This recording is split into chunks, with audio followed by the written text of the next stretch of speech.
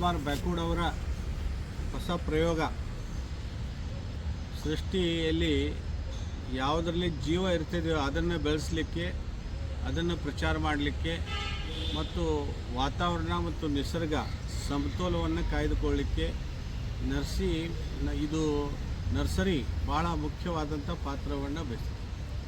ಜನರಿಗೆ ಸಸಿಗಳನ್ನು ನೀಡುವುದರ ಮೂಲಕ, ಸಸಿ ಅಂದರೆ ಒಂದು ಸಣ್ಣ ಕೂಸಿದ್ದಂತೆ, ಆ ಕೂಸನ್ನು ಇನ್ನೊಬ್ಬರಿಗೆ ಹಸ್ತಾಂತರ ಮಾಡುವಾಗ ಅದು ಅವರು ಬೆಳೆಸ್ತಾರೆ ಅನ್ನೋ ಖಾತ್ರಿ ಇದ್ದಾಗ ಅದು ಮನವರಿಕೆ ಮಾಡಿ ಕೊಟ್ಟು ಆಮೇಲೆ ಅವ್ರಿಗೆ ಕೊಡಬೇಕು.